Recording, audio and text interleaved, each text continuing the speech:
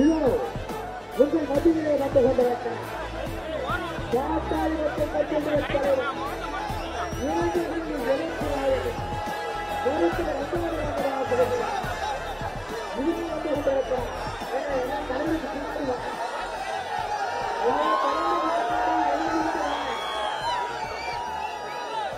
அன்பிற்கினியே பெரியவர்களே காரணர்களே இதோ பாட்டாளி மக்கள் கட்சியினுடைய தலைவர் இளைஞர்களின் எழுச்சி நாயகன் கருத்து வந்தவர்களாக நடைமுறை இரண்டாவது நாள் பதினத்துடைய இறுதிக்கட்டமாக இதோ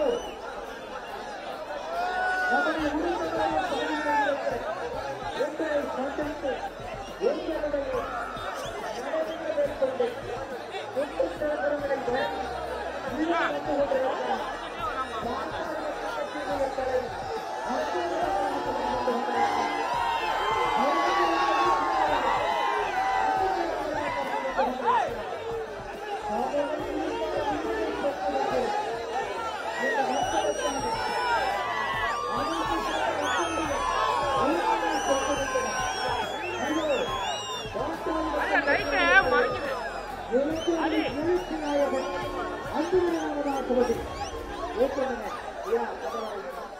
இதோ பாட்டாளி மக்கள் கட்சியினுடைய தலைவர் இளைஞரின் எழுச்சி நாயகன் அன்புமணி ராமதாஸ் அவர்கள் 24 பகுதியிலே ஒன்றிணைந்து வந்து கொண்டிருக்கிறார். பொதுமக்களை சந்தித்து திராவிட மாநிலத்தில் தலைவருக்கு பின்னாடி வந்த தயவு செய்து தலைவருக்கு பின்னால் வருமாறு அன்போடு கேட்டுக்கொள்கிறார்.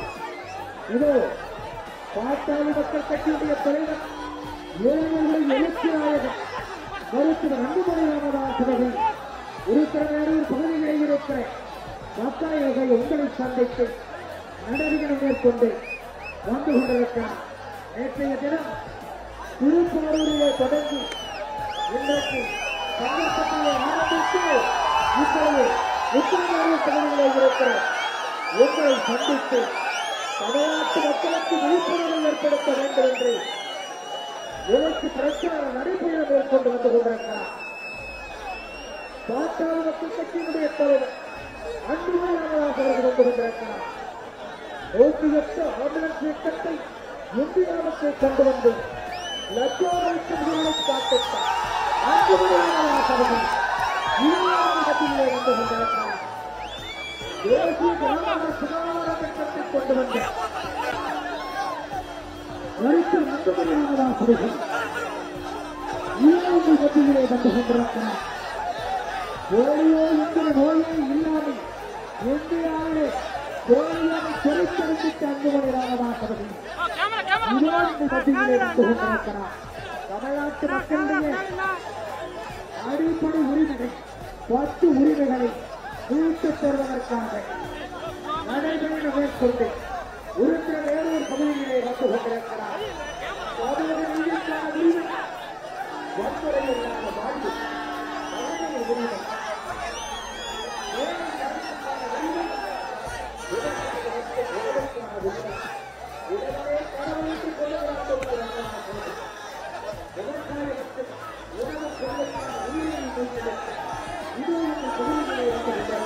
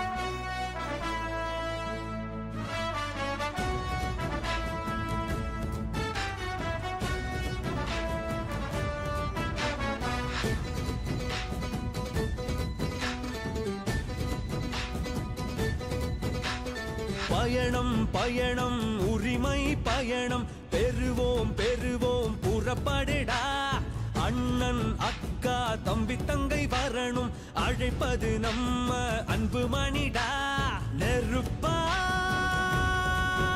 இருப்போமே வாவா தடை உடைத்து தகர்ப்போமே நீ வா ஏ மக்கள் படும் துயரினை போக்கிட அடிப்படை உரிமைகள் பெற்றிட திமுக ஆட்சியை விரட்டிட திரளுது அன்பு மணி போர்படையே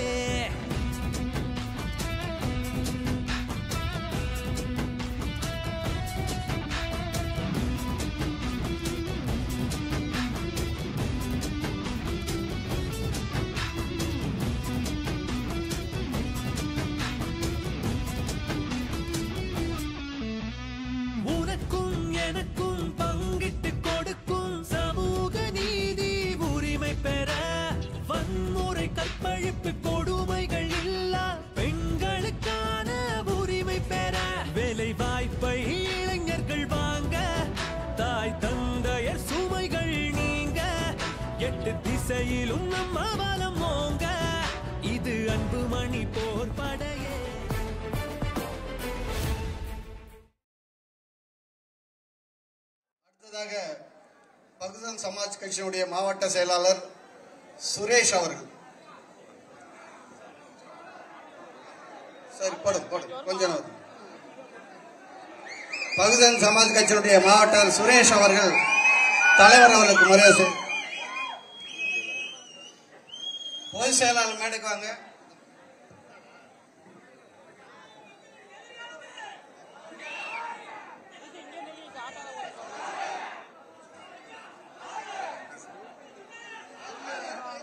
நமது தமிழ் மக்களின் தலைமுறை காக்க வந்திருக்க அனைத்து மக்களின் தலைவரான மருத்துவர் சின்னையா அவர்களை உலகக்கே அரசியல் சொன்ன இந்த உத்திரமேரு குலவலை அரசியல் உலகுக்கு தெரிவித்த உத்திரமேருக்கு வருக வருக என அனைத்து மக்கள் சார்பாகவும் ஐயா அவர்களை வருக வருக வரவேற்று இந்த நாட்டில் மக்கள் படும் ஒவ்வொரு அவல வேதனைகளுக்கும் கொலை, கொள்ளை, கற்பழிப்பு அனைத்தும் இந்த ஆட்சியில் நடந்து கொண்டிருக்கிறது. இந்த மக்களை காக்க எந்த ஆளுகின்ற ஆட்சியும் சரி, ஆளுகின்ற ஆட்சியும் யாராலும் முடியாது. நம்ம மக்களை காக்க நம்மில் ஒருவர் வந்தால் மட்டும்தான் இந்த மக்களை காப்பாற்ற முடியும். இந்த மக்கள் எல்லாருமே டிகிரி 1 எல்லாமே படிச்சிருக்காங்க. படிச்சிருந்தோம் ஒரு மக்கள் நம்ம மக்களுக்கு கொடுக்கறனா இந்த தமிழ்நாட்டுல அதிகமான மக்கள் வேலையில யாரு இருக்கான்னு பார்த்தா நம்ம மொழி பேசுறவங்களே இல்ல. அவங்க தான் அரசு மொழி வேலையில இருக்கிறவங்க. நம்ம மொழி பேசுறவங்களே இல்ல. இந்த மண்ணில் படுத்த குடிமக்களுக்கு அரசு வேலையில 2வது 3வது இடத்துல தான் இருக்காங்க. அப்போ நம்ம மக்களுக்கான இதுவை யாரால கொடுக்க முடியும்னா நமக்கான ஒருத்தர் வந்தா தான் கொடுக்க முடியும். நாம எத்தனை காலம் தான் இன்னொருத்தருக்காக ஓட்டு போட்டுக்கிட்டே இருக்கணும்? மக்களே, அனைத்து மக்களுமே இதை சிந்திக்க வேண்டும். வியாபார குடிமக்களே அனைவரும் ஒரு முறை நமது சின்னையாவை முதலமைச்சராக ஆக்கி பாருங்கள். பெரும் என்பதை கூறி வாய்ப்புக்கு நன்றி கூறி விடைபெறுகிறேன். சுரேஷ் அவர்கள் நன்றி. அடுத்ததாக இந்திய ஜனநாயக கட்சியினுடைய மாவட்ட செயலாளர் மல்லியா அப்பு அவர்கள்.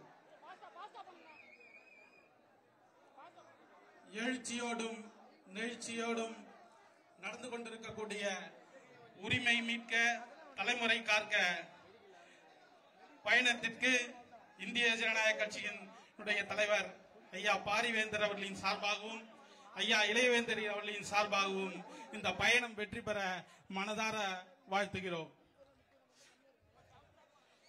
உரிமையை மீட்க தலைமுறையை காக்க என இன்றைக்கு பாட்டாளி மக்கள் கட்சி ஒரு புது அடையாளத்தை ஏற்படுத்தி இருக்கிறது.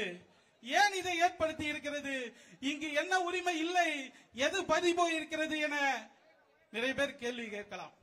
இன்றைக்கு உள்ள காலமாக இருந்த விடுதிகளை எல்லாம், அந்த விடுதிகளின் பெயரை எல்லாம் அழித்துவிட்டு ஏற்கனவே இருந்த பிற்பட்டோர் விடுதி, ஆதி திராவிடர் விடுதி, எல்லா விடுதிகளின் பெயரையும் அடித்துவிட்டு சமூக நீதி விடுதி என்ற பெயரிலே இவர்கள் அந்த விடுதிகளை இவர்கள் கொண்டு வந்திருக்கிறார்கள்.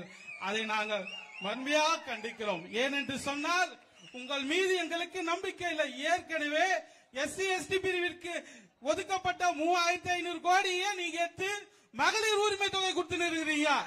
அப்புறம் இந்த ஹாஸ்டலோட நிதியை எடுத்து பிற்பட்டோர் துறை ஹாஸ்டலுக்கு எவ்வளவு பணம் வந்துச்சு, ஆதி திராவிட துறை நிலையத்துக்கு எவ்வளவு பணம் வந்துச்சு நீங்க கணக்கா காட்ட போறீங்க.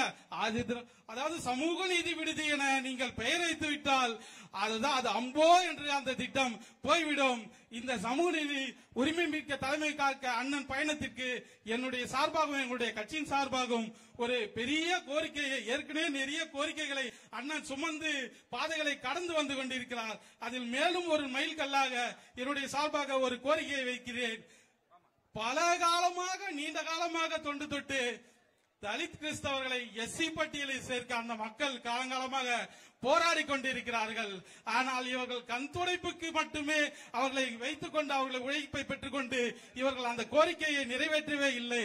அண்ணன் அன்புமணி அவர்களிடம், ஐயா தலைவர் அன்புமணி அவர்களிடம் தற்போது அந்த கோரிக்கையை வைக்கிறோம். இருக்கும் கோரிக்கைகளும் இந்த உரிமையையும் நீங்கள் பெற்றுத்தர வேண்டும் என்று தலித் கிறிஸ்தவர்களை SC பட்டியலை சேர்க்க அண்ணன் அவர்களும் அந்த ஆவணம் செய்ய வேண்டும் என்று கூறி விடைபெற்றுக் கொள்கிறேன். நன்றி, வணக்கம். தம்பி சோமசுந்தரம் அவர்கள் இங்க வருந்த அனைத்து பாட்டாளி சொந்தங்களுக்கும் இறை வணக்கத்தை தெரிவித்துக் கொள்கிறேன். நான் BSc முடிச்சிருக்கேன். பிஎஸ்சி முடிச்சு நீட் எக்ஸாமும் டிஎன்பிசி எக்ஸாமும் எழுதிருக்கேன். ஆனா உள்ள வேலை வாய்ப்பு கிடைக்கல. வேலை வாய்ப்பு கிடைக்காத நிறைய இளைஞர்கள் போதைக்கு போத்தம், ஆன்சு போத்தம், கூலி போத்தம் போறானுங்க. அது மட்டும் இல்லாம பெண்கள் வெளியே தனியா சுத்த முடியல, பின்னால பசங்க வரானுங்க சுத்துறானுங்க. ஆனா உத்தரமேரில நான் சொல்றேன், நானு நிறைய பெண்கள் நான் கண்ணால பாத்திருக்கேன். இப்படி பசங்க போவானுங்க, பின்ன 4-5 பேர் போனானுங்க. நிறைய இருக்கு. ஆனா உத்தரமேரில நான் நிறைய வாட்டி பாத்திருக்கேன். ஹாஸ்பிட்டல் வேற மாதிரி மாத்தணும். வேற ஹாஸ்பிட்டல் இல்ல உத்தரமேரில. நன்றி வாழ்த்து. அடுத்ததாக கட்சியினுடைய பொதுச் செயலாளர் வடிவேல் ராவணன். இந்திய அரசின் மேலாள் நலவியல் துறை அமைச்சர், நம்முடைய தலைவர் மருத்துவர் அன்புமணி ராமதாஸ் உள்ளிட்ட உங்கள் அனைவருக்கும் என் அன்பார்ந்த வணக்கங்களை தெரிவித்துக் கொள்கிறேன். நம்முடைய தலைவர் அவர்கள் தமிழகத்திலே தமிழக மட்டுமல்லாமல் தமிழகத்தில் வாழக்கூடிய அனைத்து மக்களின் உரிமைகளுக்காக அவர்களை விழிப்புற செய்வதற்காக ஒரு 100 நாள் நடைபயண திட்டத்தை மேற்கொண்டிருக்கிறார். நடைபயணம் என்றாலே அந்த நாட்டிலே ஒரு மறுமலர்ச்சியை, ஒரு புரட்சி ஏற்படுவதற்கான ஒரு அடிப்படை நோக்கமாகும். சீனத்திலே அப்படித்தான் மாசேதுங் அவர்கள் ஒரு வழிநடை பயணத்தை நடத்தினார். அதற்கு ஆங்கிலத்திலே லாங் மார்ச், நெடும்பயணம் என்று சொல்வார்கள். அந்த வகையிலே நம்முடைய தலைவர் அவர்கள் தமிழகத்திலே ஒரு நெடும்பயணத்தை 100 நாள் நெடும்பயணத்தை மேற்கொண்டிருக்கிறார்கள். தமிழர்கள் இழந்து போன நீர் உரிமைகள், நில உரிமைகள், ஜனநாயக உரிமைகள், இன்னும் பல்வேறு உரிமைகளை பெறுவதற்காக நாம் அவற்றெல்லாம் இழந்திருக்கிறோம். நம்முடைய நிலத்தில் மட்டும் 60,000 சதுர கிலோமீட்டர் நிலத்தை இழந்திருக்கிறோம். திமுக காலத்திலே கச்சத்தீவு இழந்திருக்கிறோம். இப்படி பல்வேறு உரிமைகளை இழந்து நிற்கிற நாம் அவற்றையெல்லாம் மீட்டு பெறுவதற்காக, எதிர்கால தலைமுறை நலமாக வாழ்வதற்காக நம்முடைய தலைவர் அவர்கள் இந்த நெடும்பயணத்தை மேற்கொண்டிருக்கிறார். இந்த உரிமைகளை நாம் மீட்டெடுக்க வேண்டுமானால் தமிழக மக்கள் அனைவரும் பாட்டாளி மக்கள் கட்சி நடத்தும், நம்முடைய தலைவர் அவர்களுடைய தலைமையிலே நடத்தும் இந்த வழிநடை பயணத்திற்கு நீங்கள் ஆதரவு தர வேண்டும். இந்த நாட்டை சீரழித்துக் கொண்டிருக்கிற, இந்த நாட்டை போதைப் பொருளாக கொண்டு போதையாக்கி கொண்டிருக்கிற இந்த ஆட்சியை அப்புறப்படுத்த வேண்டும். தமிழகத்திலே வருகிற சட்டமன்ற தேர்தலிலே ஒரு நல்லாட்சியை அமைவதற்கு நம்முடைய தலைவர் மருத்துவர் அன்புமணி ராமதாஸ் அவர்கள் தலைமையிலே ஒரு நல்ல ஆட்சி அமைவதற்கு நீங்களெல்லாம் உழைப்பெடுத்து அதனை நிறைவேற்ற வேண்டும் என்று அன்போடு கேட்டுக்கொள்கிறோம். நம்முடைய பயணம் வெற்றி பெறும். நம்முடைய தலைவர் அவர்கள் நாளை நமக்கு நல்ல வழிகாட்டுவார். நன்றி, வணக்கம். அடுத்ததாக நாம் ஆவலோடு எதிர்பார்த்துக் கொண்டிருக்கிற, நமது உரிமையை மீட்க போராடுகிற, நமது தலைமுறையை காக்க போராடுகிற, மண்ணையும் மக்களையும் காக்க போராடுகிற இளம் போராளி, இளைஞர்களுடைய எழுச்சி நாயகர், இளைஞருடைய நல் வழிகாட்டி, பாட்டாளி மக்கள் கட்சியினுடைய தலைவர், நமது அன்பு தலைவர் அன்புமணி ராமதாஸ் அவர்கள் எழுச்சி உரையாற்றுகிறார். தமிழக மக்களின் உரிமைகளை மீட்டெடுக்க, வருகின்ற தலைமுறைகளை பாதுகாக்க 100 நாட்கள் தமிழ்நாடு முழுவதும் மக்களை சந்தித்து ஒரு விழிப்புணர்வு பிரச்சாரத்தை மேற்கொண்டிருக்கின்றேன். இந்த பிரச்சாரத்தில் அனைத்து தரப்பு மக்களும் கலந்து கொண்டு அனைத்து தரப்பு மக்களின் உரிமைகளை மீட்டெடுக்க வேண்டும் என்ற நோக்கத்தில் ஒவ்வொரு ஊராக சென்று துண்டு பிரசுரங்களை வழங்கி மக்களுக்கு அவர்களுடைய உரிமைகள் என்னவென்று அவர்களுக்கு தெரிவித்து வருகின்ற 3 மாதங்களாக இதை செய்ய முடிவு செய்திருக்கின்றேன். 2வது நாள் இன்று உத்தரமேரூர் நகரிலே இந்த பிரச்சாரம் நடைபெற்றுக் கொண்டிருக்கிறது. இந்த பிரச்சாரத்தை மிக சிறப்பாக நடத்தி கொண்டிருக்கின்ற மாவட்ட செயலாளர் தம்பி மகேஷ்குமார் அவர்கள்,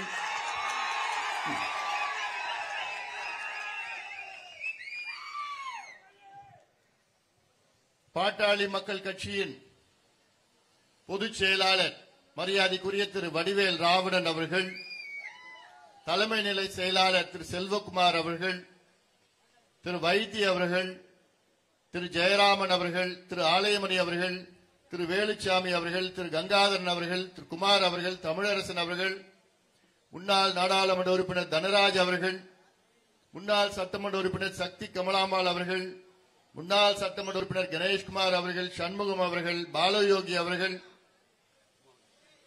மாவட்ட தலைவர் உமாபதி அவர்கள், இந்திய ஜனநாயக கட்சியின் மல்லி அப்பு அவர்கள், தமிழ் மாநில பகுஜன் சமாஜ் கட்சியின் சுரேஷ் அவர்கள்,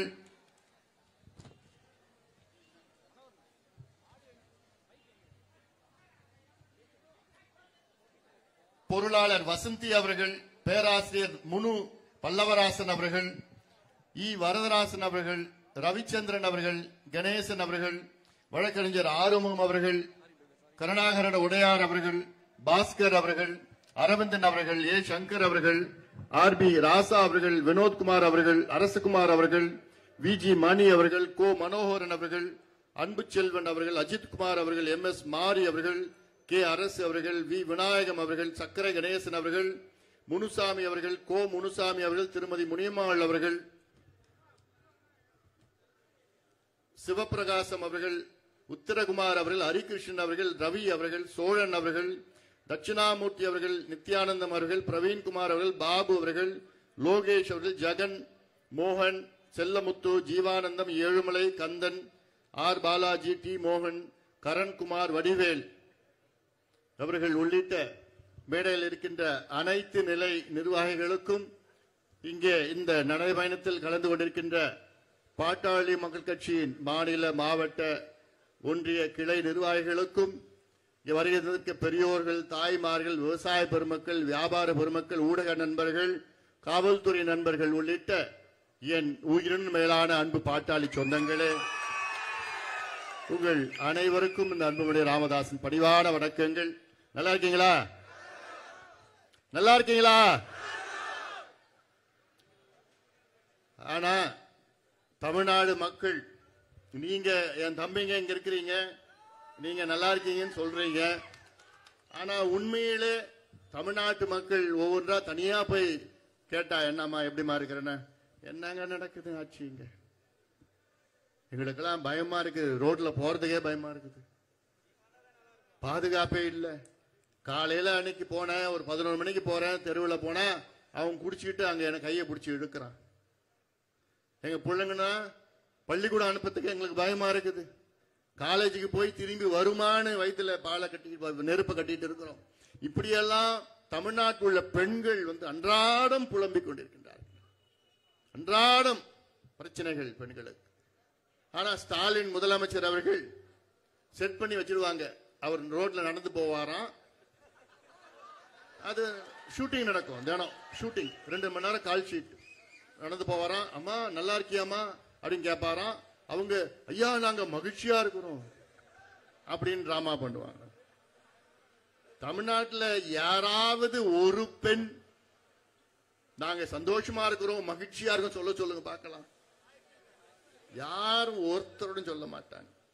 அதே போன்ற தமிழ்நாட்டில் ஒரே ஒரு விவசாயி நாங்க சந்தோஷமா இருக்கிறோம் ஐயா, நிம்மதியா இருக்கிறோம் ஐயா அப்படின்னு ஒரு விவசாயி தமிழ்நாட்டில் சொல்ல சொல்லுங்க பார்க்கலாம். ஒரு விவசாயி நிச்சயமா கிடைக்காது, நிச்சயமா இல்ல, அந்த நிலை கிடையாது, நிலை கிடையாது. ஆனால் முதலமைச்சர் ஸ்டாலின் அவர்கள் மட்டும்தான் மகிழ்ச்சியா இருக்கிறார். என்னன்னு மகிழ்ச்சியா இருக்கிறாரு? அவரை சுத்தி டிராமா நடத்திட்டு இருக்கிறாங்க. அவர்கிட்ட போய் சொல்றாங்க எல்லாம், ஐயா தமிழ்நாடு மக்கள் மகிழ்ச்சியா இருக்கிறாங்க, சூப்பரா இருக்கிறியா, நீங்க ஆட்சி மிக சிறந்த ஆட்சியா நீங்க நடத்திட்டு இருக்கிறீங்க, இப்படி எல்லாம் சொல்லி அவர்கிட்ட ஏதோ ஒன்று நடத்திட்டு இருக்கிறாங்க, நாடகம் நடத்தி கொண்டிருக்கிறார்கள். அதற்காகத்தான் 100 நாட்கள் நடைபயணத்தை மேற்கொள்ள இருக்கின்றேன். இந்த நடைபயணத்தின் நோக்கமே தமிழ்நாட்டில் ஆட்சி மாற்றம் நடக்க வேண்டும். காரணம், நடந்து கொண்டிருப்பது மக்கள் விரோத ஆட்சி, பெண்களுக்கு எதிரான ஆட்சி, விவசாயிகளுக்கு எதிரான ஆட்சி, இளைஞர்களுக்கு, குறிப்பாக படித்த இளைஞர்களுக்கு எதிரான ஆட்சி. எங்க பார்த்தாலும் மது, கஞ்சா, போதைப் பொருட்கள், ஆக அடிப்படையிலே சமூக நீதிக்கு எதிரான ஒரு ஆட்சி தமிழ்நாட்டில் ஸ்டாலின் தலைமையில் நடந்து கொண்டிருக்கின்ற ஆட்சி நடந்து கொண்டிருக்கிறது. இதை அகற்ற வேண்டும், திமுகவை வீட்டுக்கு அனுப்ப வேண்டும் என்று தமிழ்நாட்டின் மக்கள் அனைவரும் முடிவு செய்து விட்டார்கள். இன்னும் 4-5 மாதங்கள் தான் இந்த ஆட்சி நீடிக்கும். தமிழ்நாட்டில் மணி அடிக்குது. திமுகவுக்கு மணி அடிச்சாச்சு. திமுக ஆட்சிக்கு உத்தரமேரூர்ல மணி அடிச்சாச்சு. திமுக ஆட்சி வீட்டுக்கு அனுப்பப்படும், முடிவு செய்யாச்சு, முடிஞ்சாச்சு, மணி அடிச்சிட்டாங்க. ஸ்டாலின் அவர்களே, இன்னும் 4-5 மாசத்துல நீங்க வீட்டுக்கு போங்க. உங்களுக்கு வேலை இல்லை, தமிழ்நாட்டில் வேலை இல்லை, போதும், நீங்க ஆட்சி செய்தது போதும். ஏதோ போன முறை மக்கள், தமிழ்நாட்டு மக்கள் உங்களை ஆட்சிக்கு கொண்டு வந்தாங்க. இப்போ அந்த தவறை உணர்ந்துட்டாங்க. உணர்ந்துட்டீங்களா? தமிழ்நாட்டு மக்கள் உணர்ந்துட்டாங்க. ஏப்பா, போன முறை ஏதோ தவறு பண்ணிட்டோம்பா, ஆனால் மீண்டும் அந்த தவறை நிச்சயமாக தமிழ்நாடு மக்கள் செய்ய மாட்டார்கள், முடிவு செஞ்சிட்டாங்க. மக்கள் இந்த தவறை மீண்டும் செய்யக்கூடாது. இதனால்தான் ஒரு நடைபயணத்தை நான் மேற்கொண்டிருக்கின்றேன். மிக மோசமான ஒரு ஆட்சி தமிழ்நாட்டில் நடந்து கொண்டிருக்கிறது. சுதந்திரம் அடைந்து 78 ஆண்டுகள். இந்த 78 ஆண்டுகளுக்கு பிறகு தமிழ்நாட்டிலே நடக்கின்ற மோசமான ஆட்சி இப்பொழுதுதான்.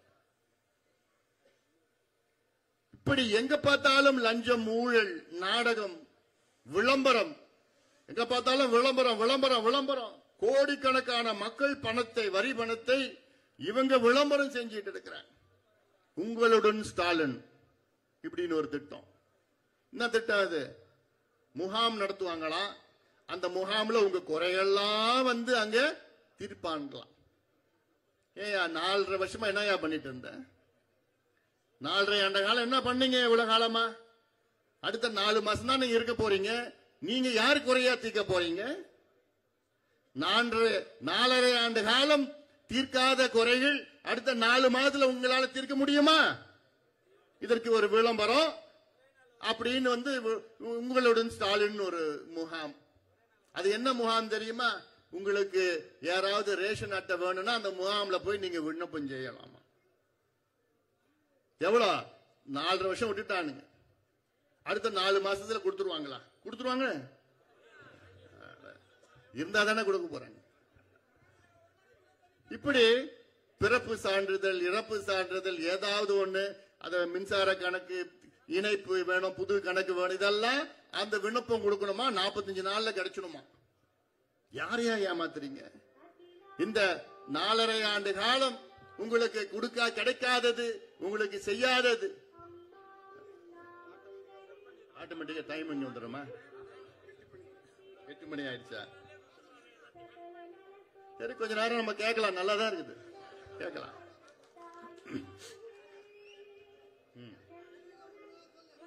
நம்ம உங்களுக்கு பிடிச்ச பாட்டு தானே? அந்த அம்மா பிடிச்ச பாட்டு.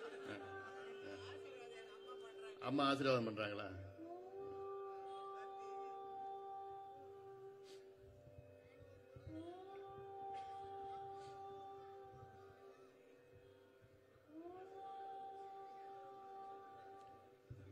காஞ்சிபுரம் மாவட்டம் உத்திரமேரூர் நடுத்தெரு அருள்மிகு ஸ்ரீ மாரியம்மன் மற்றும் பழனி ஆண்டவர் ஆலயத்தில் இருந்து தெய்வீக இசைக்கடிகாரம் ஒலிக்கும் நேரம் 8 மணி. ஸ்டாலினுக்கு மறுபடியும் மணி அடிச்சுட்டாங்க. சரி, ரைட். உத்தரமேரூர் முடிவாயிடுச்சு. அம்மா ஆசீர்வாதம் பண்ணிட்டாங்க. திமுக ஆட்சி வீட்டுக்கு அனுப்பப்படும் என்ற முடிவாயிடுச்சு. அடுத்தது, இப்போ நான் இங்க வந்திருக்கிறது வந்து 10 உரிமைகள் நமக்கு இருக்கு. 3 நிமிஷமா?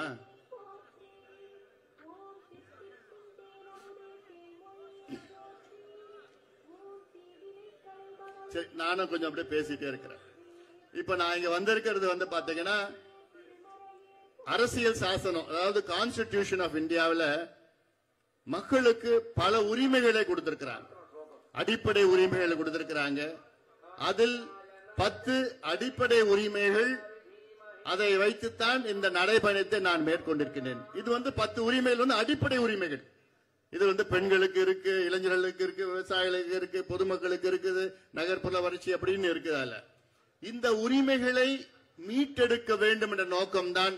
அதனால்தான் இந்த நடைபயணம். இங்க நான் ஓட்டு கேட்க நான் வரல, உத்தரமேரூருக்கு நான் ஓட்டு கேட்க வரல. ஆனால் ஆட்சி மாற்றம் நடக்கணும். அதாவது ஒன்னே ஒண்ணு நீங்க முடிவு பண்ணுங்க, யார் நமக்கு வேண்டும்னு முக்கியம் இல்ல, யார் நமக்கு வேண்டாம்னு அதுதான் முக்கியம். இன்னைக்கு திமுக ஆட்சி நமக்கு வேண்டாம். அவங்க ஆண்டுட்டாங்க, நாசப்படுத்திட்டாங்க, தமிழ்நாட்டை கலாச்சாரத்தை ஒழிச்சிட்டாங்க.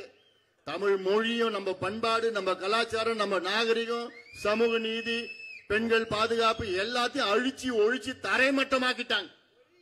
ஆக இனி அவர்களுக்கு வாய்ப்பு தமிழ்நாடு மக்கள் கொடுக்க கூடாது, கொடுக்க மாட்டார்கள், முடிவு செஞ்சிட்டாங்க. அந்த நிலையில நமக்கு இருக்கின்ற 10 உரிமைகள் கடற்கடன்னு படிச்சிடறேன். அதுக்கப்புறம் ஒரு சிலதை பத்தி நான் பேசுறேன். சமூக நீதிக்கான உரிமை, ரைட் டு சோஷியல் ஜஸ்டிஸ். வன்முறையில்லா வாழ்வுக்கான மகளிர் உரிமை, women's right to live free from violence. வேலைக்கான உரிமை, ரைட் டு எம்ப்ளாய்மெண்ட். விவசாயம் மற்றும் உணவுக்கான உரிமை, right to farming and right to food.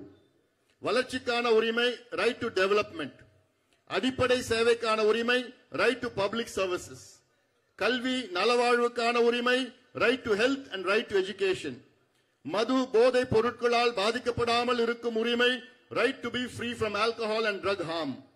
நீடித்திருக்கும் நகர்ப்புற வளர்ச்சிக்கான உரிமை, right to sustainable urban development. ஆரோக்கியமான சுற்றுச்சூழலுக்கான உரிமை, ரைட் டு ஹெல்தி என்வாயன்மெண்ட். அதாவது இதுல 10ல தான் எல்லாமே உங்க வாழ்க்கை அடங்கியிருக்கு. அனைவருடைய வாழ்க்கையும் இந்த 10 உரிமைகள் அடங்கி இருக்குது. சாதாரண உரிமை, அடிப்படை உரிமைகள். இது அரசு நமக்கு கொடுக்கணும். ஆனா இந்த உரிமை என்னவென்று முதலமைச்சருக்கும் தெரியாது, ஆட்சியாளருக்கு சுத்தமா தெரிய போறதுக்கு வாய்ப்பு கிடையாது. அதுல முக்கியமானது ரைட் டு சோஷியல் ஜஸ்டிஸ், சமூக நீதிக்கான உரிமை. நமக்கு அனைவருக்கும் சமூக நீதி வேண்டும். சமூக நீதினா என்னையா? அடிப்படையிலே சமூக நீதி என்றால் சமூகத்தில் வளர்ந்த சமூகங்கள் இருக்கு, சமுதாயத்தில் வளர்ந்த சமூகங்கள் இருக்கு. அந்த வளர்ந்த சமூகங்களுக்கு நிகராக பாதாளத்தில் இருக்கின்ற, அடித்தளத்தில் இருக்கின்ற சமூகங்கள் வளர வேண்டும். அதுதான் சமூக நீதி.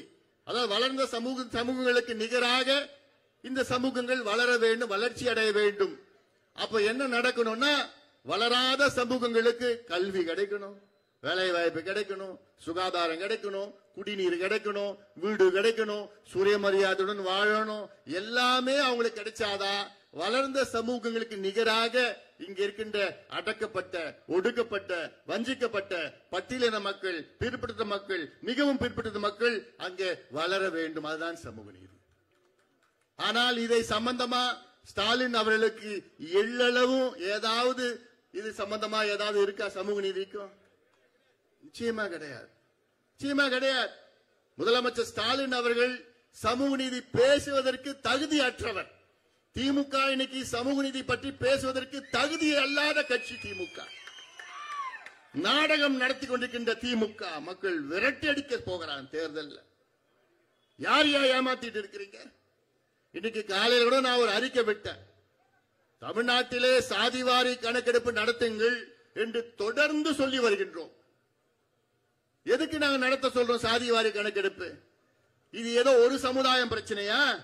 இல்ல, தமிழ்நாட்டில் உள்ள அனைத்து சமுதாயங்களுடைய பிரச்சனை. கணக்கெடுப்பு நடத்தாம எந்தெந்த சமுதாயம் தமிழ்நாட்டில் எந்த நிலையில் இருக்கிறது என்று தெரியுமா? ஒரு உதாரணம், சலவை தொழிலாளர்கள் இருக்காங்க. சலவை தொழிலாளர் சமுதாயம் இன்னைக்கு எத்தனை பேர் அதுல இருக்கிறாங்க, அதுல எத்தனை பேர் படிச்சிருக்கிறாங்க, எத்தனை பேர் வேலைக்கு போயிருக்கிறாங்க, எந்த நிலையில் இருக்கிறாங்கன்னு தெரிஞ்சாதான் அந்த சலவை தொழிலாளருக்கு நம்ம தனியா இடஒதுக்கீடு கொடுக்கலாம், சலுகைகள் கொடுக்கலாம், நலத்திட்டங்கள் கொடுக்கலாம், கடன் கொடுக்கலாம், வீடு கட்டுறதுக்கு கடன் கொடுக்கலாம், படிக்கிறதுக்கு கடன் கொடுக்கலாம். மலை கோரவர்கள் இருக்கிறாங்க, மலைக்கோரவர்கள் எத்தனை பேரு, எங்க இருக்கிறாங்க, எப்படி இருக்கிறாங்க தெரிஞ்சாதான் அவங்களுக்கு தனியா நம்ம வளர்ச்சி திட்டங்கள் கொடுத்து அந்த சமுதாயத்தை மேல முன்னேற்றலாம். இதே போன்று மீனவர்கள் இருக்கின்றார்கள், யாதவ சமுதாயம் இருக்கிறார்கள், பட்டியலின சமுதாயம் இருக்கின்றார்கள்.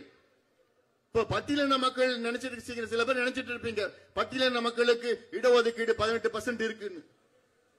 ஆனால் அந்த 18% பட்டியலின மக்கள்ல எத்தனை உட்சமுதாயங்கள் இருக்கு தெரியுமா? உட்பிரிவுகள் இருக்கு தெரியுமா? 78 பிரிவுகள் இருக்கிறது. பட்டியலின சமுதாயத்தில் 78 பிரிவுகள் உட்பிரிவுகள் இருக்கிறது. அந்த உட்பிரிவில் 78 பிரிவுகள்ல வெறும் 8 பிரிவு 18% 15% எடுத்துட்டு போறாங்க. மீதி இருக்கிற 70 பிரிவு, மீதி இருக்கின்ற 3% தான் அவங்களுக்கு கிடைக்குது. ஆக நீங்க சாதிவாரி கணக்கெடுப்பு நடத்தினாதான் பட்டியலின சமுதாயத்திற்குள்ள யார் யாரு கிடைக்குது, பழங்குடி மக்களுக்கு யார் யாரு எவ்வளவு பேர் கிடைக்குது, எம்பிசில யார் யாரு எவ்வளவு இடத்தை எடுத்துட்டு போறாங்க, யாருக்கு கிடைக்கல, பிசில எத்தனை பேருக்கு கிடைக்குது, எத்தனை பேருக்கு கிடைக்கலன்னு கணக்கு தெரிஞ்சாதான் அதுக்கு நீங்க அந்த தவறை சரி செய்ய முடியும். அந்த தவறை சரி செய்தால்தான் இந்த கிடைக்காத சமுதாயங்கள் முன்னுக்கு வர முடியும். இது சாதாரண கணக்குயா, சாதாரண கணக்கு. இந்த கணக்கு, இந்த விவரம் தெரியாம நீங்க சமூக நீதி பத்தி என்ன பேசினாலும் அது மக்களை ஏமாற்றுகின்ற செயல்தான். அந்த கணக்கெடுப்பை நடத்த சொல்லி எவ்வளவு காலமாயா கேட்டுட்டு இருக்கிறோம், எவ்வளவு காலமா கேட்டுட்டு இருக்கிறோம். முதலமைச்சர் என்ன சொல்றாரு தெரியுமா? ஸ்டாலின் அவர்கள், எங்களுக்கு அதிகாரம் இல்லை. சட்டமன்றத்துக்குள்ள ஒரு முதலமைச்சர் பொய் பேசுறது நீங்க பார்த்திருக்கீங்களா? தமிழ்நாட்டில் சாதிவாரி கணக்கெடுப்பு நடத்த திமுக அரசுக்கு, தமிழக அரசுக்கு அதிகாரம் இல்லை, மத்திய அரசு தான் எடுக்க வேண்டும் என்று முதலமைச்சர் ஸ்டாலின் அவர்கள் சட்டமன்றத்துக்கு உள்ளேயும் வெளியிலேயும் தொடர்ந்து பொய் பேசி வருகிறார்கள். முதலமைச்சர் ஸ்டாலின் அவர்களே, இந்தியன் ஸ்டாட்டிஸ்டிக்கல் ஆக்ட் 2008, இந்திய புள்ளிய விவரம் சேகரிப்பு சட்டம் 2008 படி பஞ்சாயத்து தலைவருக்கு கூட அவர் பஞ்சாயத்துல சாதிவாரி கணக்கெடுப்போ வேற எந்த கணக்கெடுப்போ நடத்துவதற்கு அதிகாரம் இருக்கிறது. யாருக்கு அதிகாரம் இருக்கு? யாருக்கு இருக்கு? பஞ்சாயத்து தலைவர். பஞ்சாயத்து தலைவர் அவர் பஞ்சாயத்துக்குள்ள, என் பஞ்சாயத்துல கிட்டத்தட்ட ஒரு 3000 பேர் இருக்கிறாங்களா, அந்த 3000 பேரும் எந்த நிலையில் இருக்கிறாங்கன்னு கணக்கெடுக்கிறதுக்கு இந்தியன் ஸ்டாட்டிஸ்டிக்கல் ஆக்ட் 2008 படி பஞ்சாயத்து தலைவருக்கு அதிகாரம் இருக்கிறது. அவர் பஞ்சாயத்துல எத்தனை பேருக்கு நல்ல வீடு இருக்கு, எத்தனை பேர் குடிசையில் இருக்கிறாங்க, அந்த வீட்டில் இருக்கிறவங்களுக்கு பாத்ரூம் இருக்கா, குடிநீர் போகுதா, அந்த சாலைகள் ஒழுங்கா இருக்குதா, அதுல எத்தனை பேருக்கு வீட்டுல கார் வச்சிருக்கிறான், பைக் வச்சிருக்கிறான், சைக்கிள் வச்சிருக்கிறாங்க, எதுவும் வச்சில்ல. இதெல்லாம் கணக்கெடுத்து அதை சரி செய்ய பஞ்சாயத்து தலைவருக்கு கூட கணக்கெடுப்பு நடத்த அதிகாரம் இருக்கிறது. ஆனால் தமிழ்நாட்டின் முதலமைச்சருக்கு அதிகாரம் இல்லையா? நம்புற மாதிரியா இருக்குது, நம்புற மாதிரியா இருக்குது. அதான் ஒரு சினிமா ஒண்ணு இருக்கும், சந்தானமும் அந்த விமலும்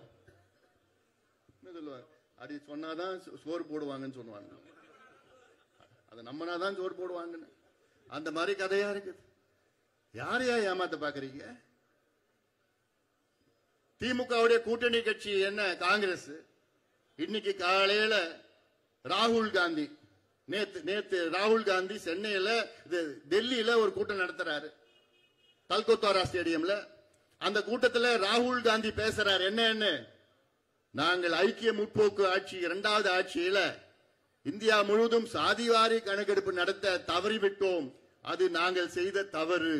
ராகுல் காந்தி சொல்றார், அவர் செய்த தவறு, சாதிவாரி கணக்கெடுப்பு நடத்தவில்லை, அது செஞ்சிருக்கணும்னு யார் சொல்றா? இவங்க கூட்டணி கட்சியில ராகுல் காந்தி சொல்றார். அதே ராகுல் காந்தி என்ன சொல்றாரு? ஆனால் அவங்க ஆட்சி, காங்கிரஸ் ஆட்சி தெலுங்கானா மாநிலத்தில் நடக்கிறது.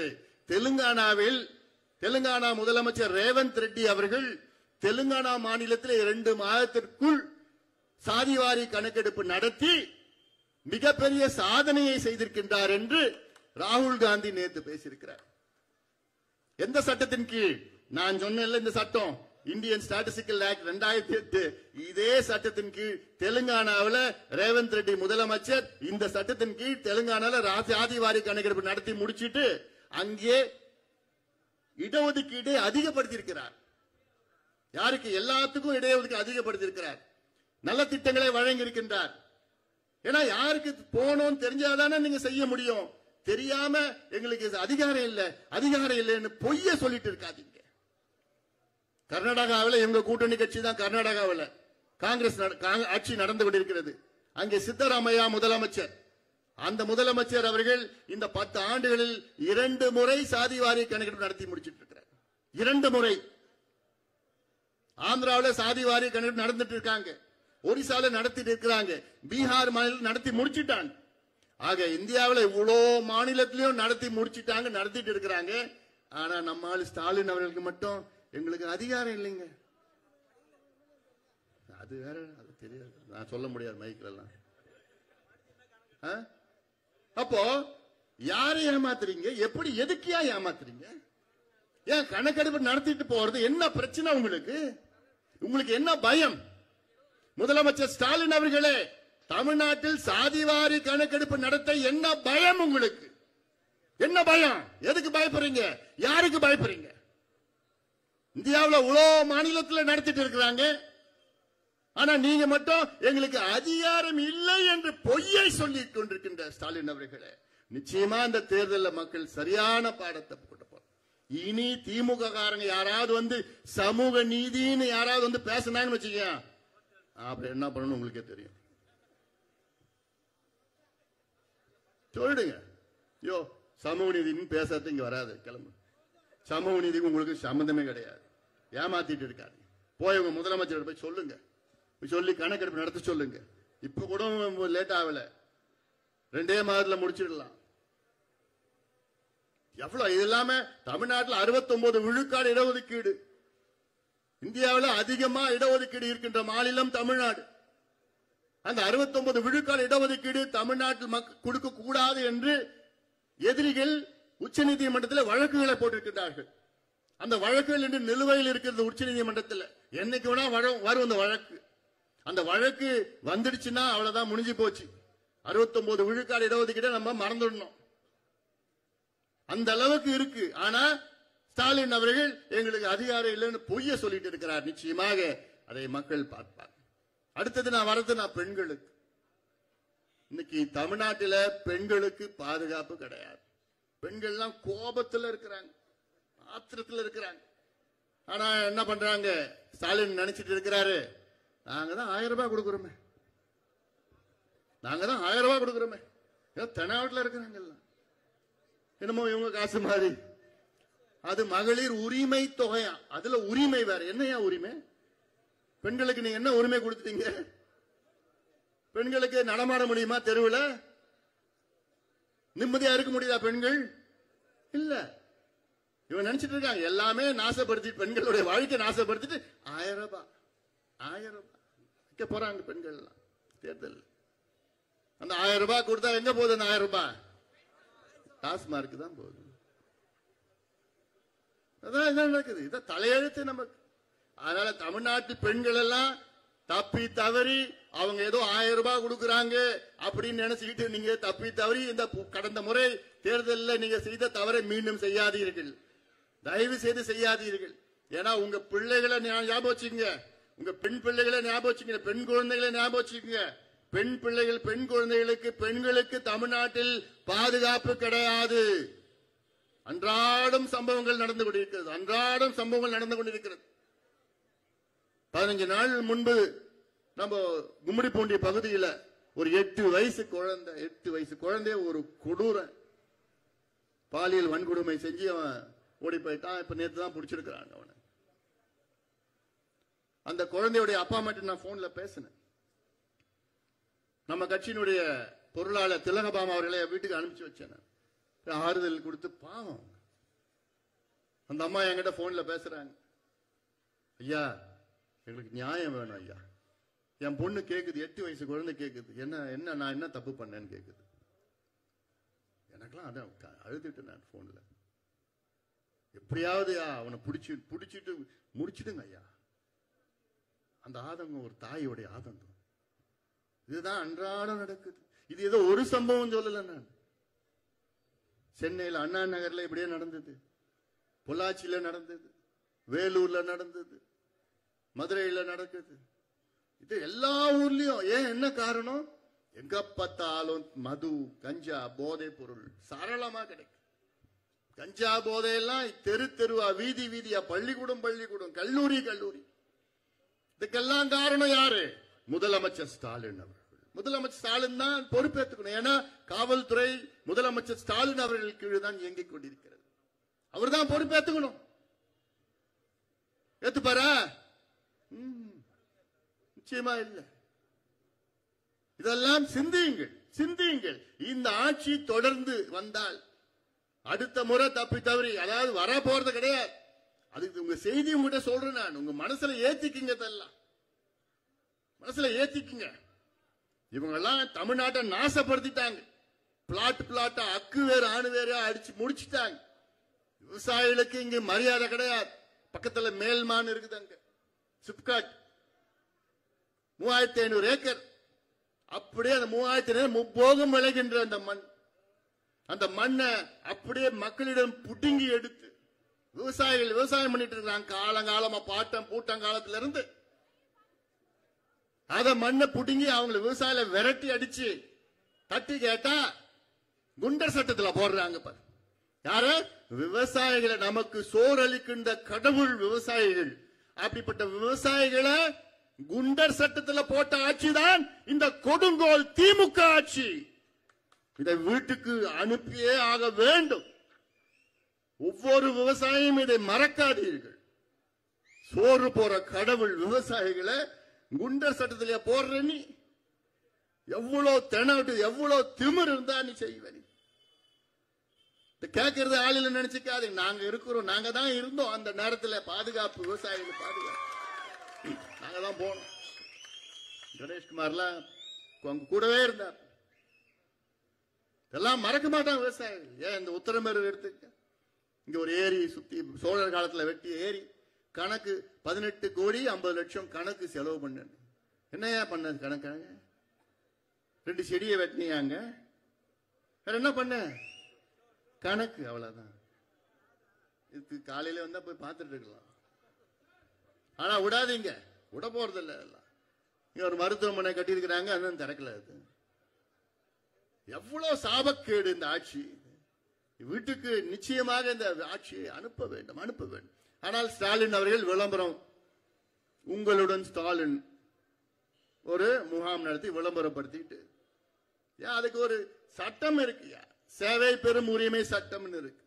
Right to services act, right to public services act ஒன்னு இருக்கு. இது மற்ற மாநிலங்களை நிறைவேற்றிருக்கிறாங்க.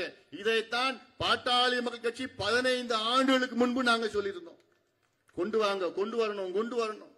அந்த மாற்றம் முன்னேற்றம் அன்புமணி கேம்பெயின் பாத்தீங்களா? அந்த நேரத்தில் நான் சொன்னேன், எங்களுக்கு ஒரு வாய்ப்பு கொடுங்க, வந்தவுடன் நாங்க இந்த சட்டத்தை கொண்டு வருவோம். நம்மளை பார்த்து காப்பி அடிச்சாங்க.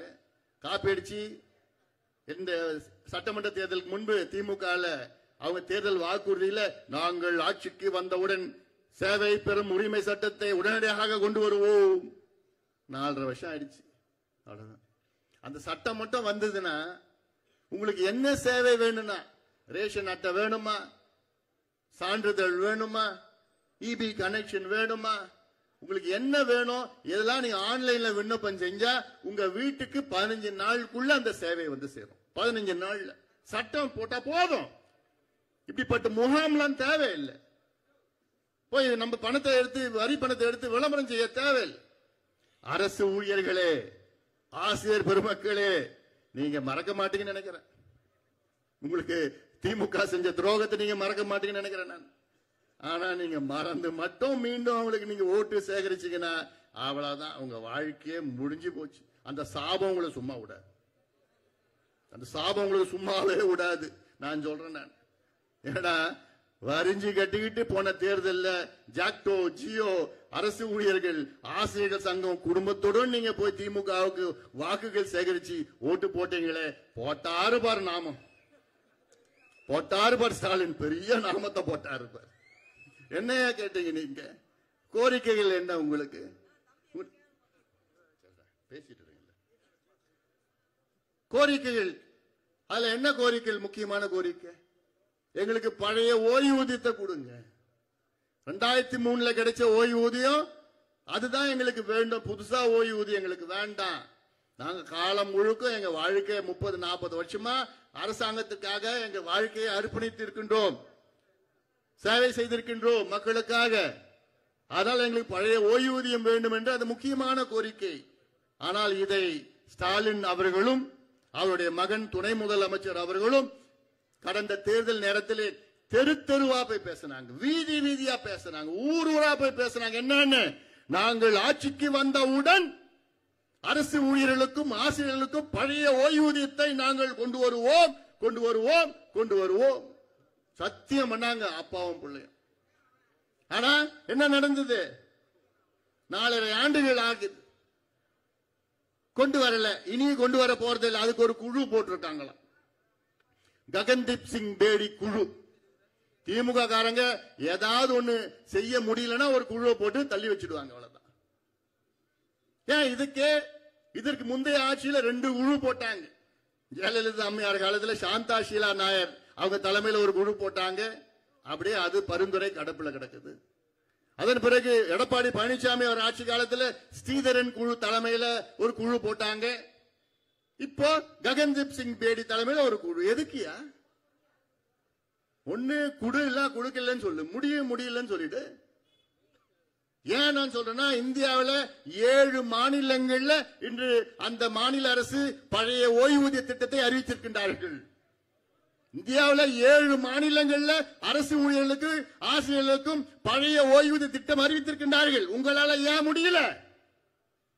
முடியாது. நிதி கிடையாது, மனசு கிடையாது. ஆனா கேட்டா நாங்க சொன்னதெல்லாம் செய்வோம், சொல்லாததெல்லாம் செய்வோம். கீழ்ச்சிங்க. என்ன செஞ்சீங்க நீங்க? மாசம் மாசம் கரண்ட் பில் எடுப்போம்னு பொய்ய சொன்னீங்க.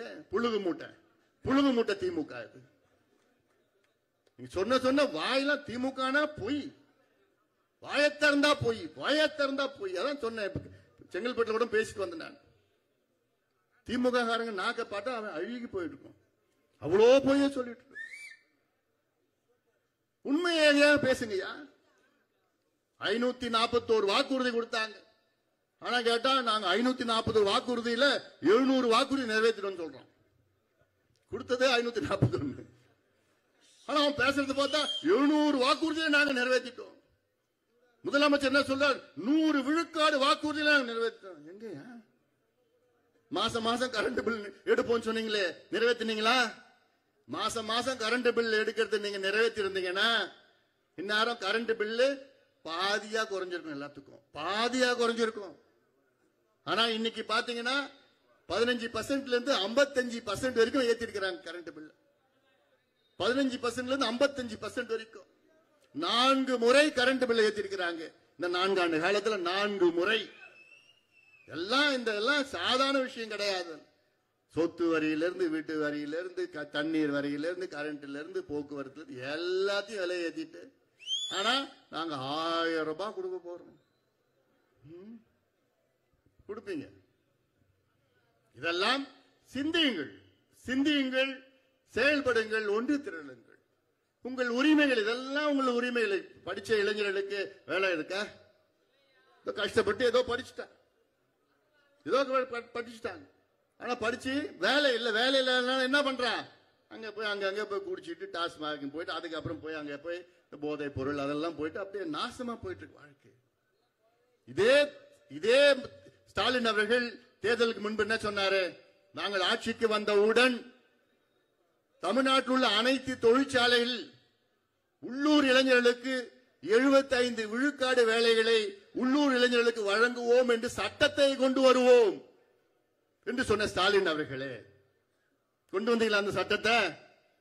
அந்த சட்டம் வந்திருந்ததுன்னா சுத்தி ஃபேக்டரி இருக்குல்ல, இங்க தொழிற்சாலைகள் இருக்குல்ல, அந்த தொழிற்சாலைகள உள்ளூர் இளைஞர் உங்களுக்கு தான் அங்கே முக்கியத்துவம், உங்களுக்கு தான் பிரெஃபரன்ஸ் அங்க கிடைச்சிருக்கும். இந்த சட்டம் வந்திருந்ததுன்னா வரலையே, கொண்டு வர போறது இல்ல.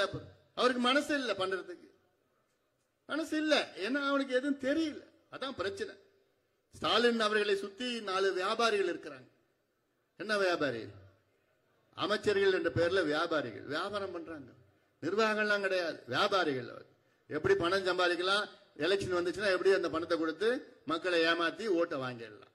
இந்த முறை நடக்க போறது கிடையாது. அதெல்லாம் மக்கள் ஒரு முறை ஏமாத்துட்டாங்க, வருகின்ற தேர்தலில் ஏமாற நிலையில இல்லை. அதெல்லாம் நீங்க மனசுல வச்சுக்கீங்க. ஒரு மாற்றம் வேண்டும். முக்கியமான நான் சொல்ற செய்தி இன்னைக்கு, யாரு வர வேண்டும் அதை விட யாரு வரக்கூடாது என்றுதான் முக்கியம். அதை முதல்ல நீங்க முடிவு செய்ய. இவங்கெல்லாம் வரக்கூடாது, மறுபடியும் வரக்கூடாது என்ற அந்த முடிவை உங்கள் மனதிலே ஆழமாக அந்த கருத்தை ஏற்றுக்கொள்ளு. முடிஞ்சு போச்சு பையன், வேண்டாம். திமுக வேண்டாம். திமுக மீண்டும் வரக்கூடாது. ஊழல் திமுக வரக்கூடாது. சமூக நீதி விரோதி திமுக, சமூக நீதி விரோதி திமுக வரக்கூடாது. பெண்களுக்கு பாதுகாப்பு கிடையாது, மாணவர்களுக்கு வேலை, இளைஞர்களுக்கு வேலை இல்லை. படிப்பு கல்வின்னு ஒண்ணு கேலி கூத்தாயிடுச்சு. கல்வி தமிழ்நாட்டில் கேலி கூத்தாயிடுச்சு. பள்ளி கல்வியும் சரி, உயர்கல்வியும் சரி. ஆசிரியர்கள் கிடையாது பள்ளிக்கூடத்தில், துணை பேராசிரியர்கள் கல்லூரியில் கிடையாது. இவ்வளவு பிரச்சனை இருக்கு. ஏன் இங்க உத்தரமேரூர்ல கூட அங்க அறிவியல் கலை கல்லூரி கேட்டாங்க, சட்ட கல்லூரி கேட்டாங்க, கொடுத்தாங்களா? இல்ல.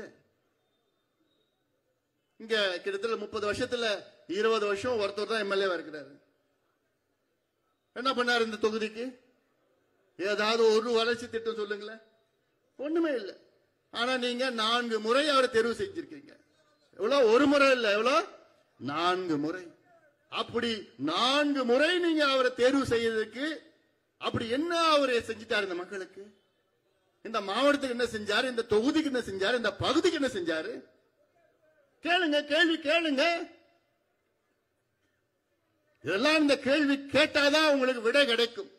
இல்ல நாங்க மாட்டோம் ஏதோ வருதுப்பா, யாராவது யார் வந்தாலும் எங்களுக்கு என்ன அப்படி நீங்க நினைச்சீங்கன்னா உங்க பிள்ளைகள், உங்கள் பேர பிள்ளைகளுடைய எதிர்காலத்தை நீங்கள் நினைத்து பாருங்கள்.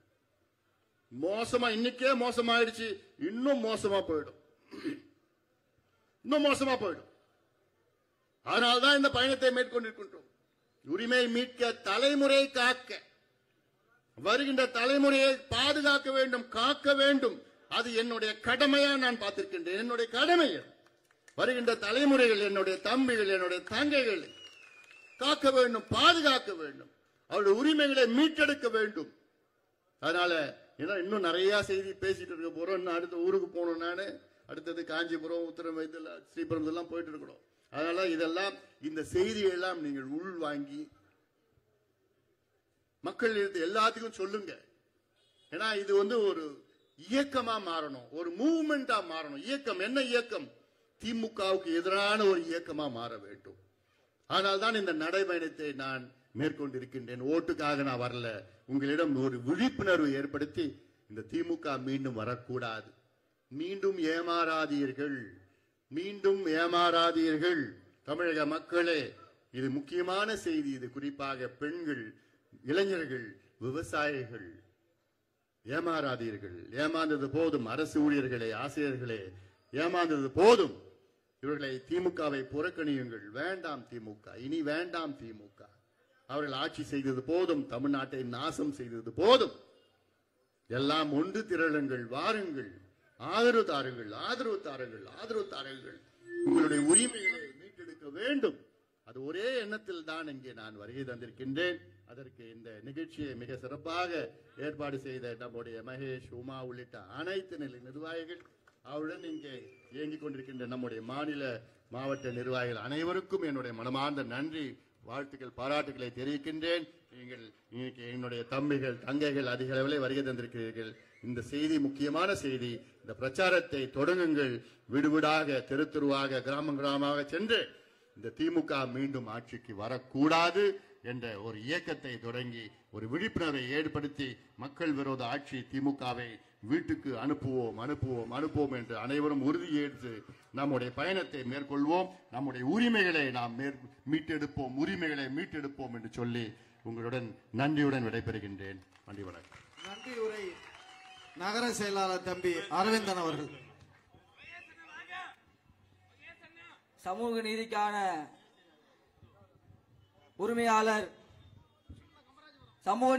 உரிமையாளர் மருத்துவர் ஐயா அவர்களுக்கும், இளைஞர்களின் எழுச்சி நாயகன் நாளைய முதல்வர் அண்ணன் சின்னையா அவர்களுக்கும், காஞ்சிபுரம் மேற்கு மாவட்டத்தின் மாவட்ட செயலாளர் அண்ணன் மகேஷ்குமார் அவர்களுக்கும், காஞ்சிபுரம் மேற்கு மாவட்ட தலைவர் அண்ணன் முகமது அவர்களுக்கும், இந்த கூட்டத்துக்கு வருகை தருகின்ற அனைத்து நிலை பொறுப்பாளர்களுக்கும் இளைஞர்களுக்கும் நன்றிகளை தெரிவித்துக் கொள்கிறேன். ஊடகத்துறைகளுக்கும் காவல்துறைகளுக்கும் பத்திரிகை துறைகளுக்கும் மிக நன்றியை தெரிவித்துக் கொள்கிறேன். நன்றி, வணக்கம்.